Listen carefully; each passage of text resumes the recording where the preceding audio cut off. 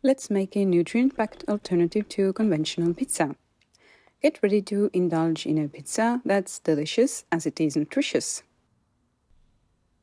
Begin by mashing steamed sweet potato cubes. I like to start with a potato masher and then finish it off with a fork for a finer result. As a side note, you could also leave the potato skin on, but would need to use a blender or food processor to mash up those skin parts. Here, I'm trying to do it with a fork and it's not turning out that well. Anyways, next add ground flax seeds and water mixture that has been soaking for about 5 minutes to thicken. Stir well to combine.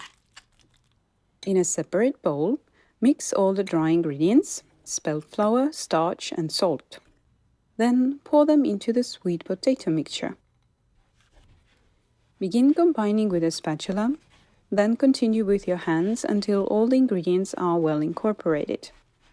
You are able to train your finger and hand muscles here. Shape the dough into a ball and, if desired, refrigerate for 30 minutes, or make it a head and use later. Divide the dough ball into 3 equal pieces and roll out each portion on parchment paper, using a small amount of flour to prevent sticking. Adjust the thickness of the crust according to your preference. Transfer the rolled out dough along with the parchment paper onto a baking sheet and bake at 175 degrees Celsius for 10 minutes. Then remove the crust from the oven and flip it over. By the way, this is how the crust looks with unpeeled sweet potato. A bit more rustic, but in my opinion it's okay if you're just eating it yourself and not offering to guests. Moving on, spread tomato sauce on top. You can use store-bought pasta or pizza sauce or make your own marinara sauce.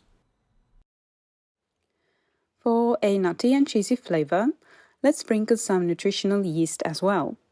You may add any toppings of choice like olives, mushrooms, beans and whatnot.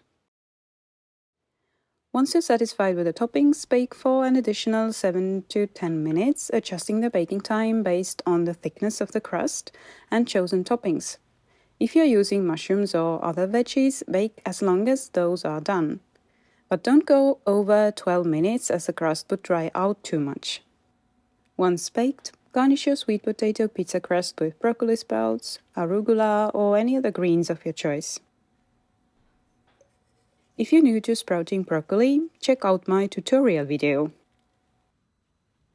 I can tell you it's really filling. I'm usually able to finish half of one pizza. No worries though, as you can keep it in the fridge in a sealed container for a few days or freeze it for longer keeping. If you liked what you saw, help me spread the goodness by liking, subscribing and leaving your comment below. Cheers!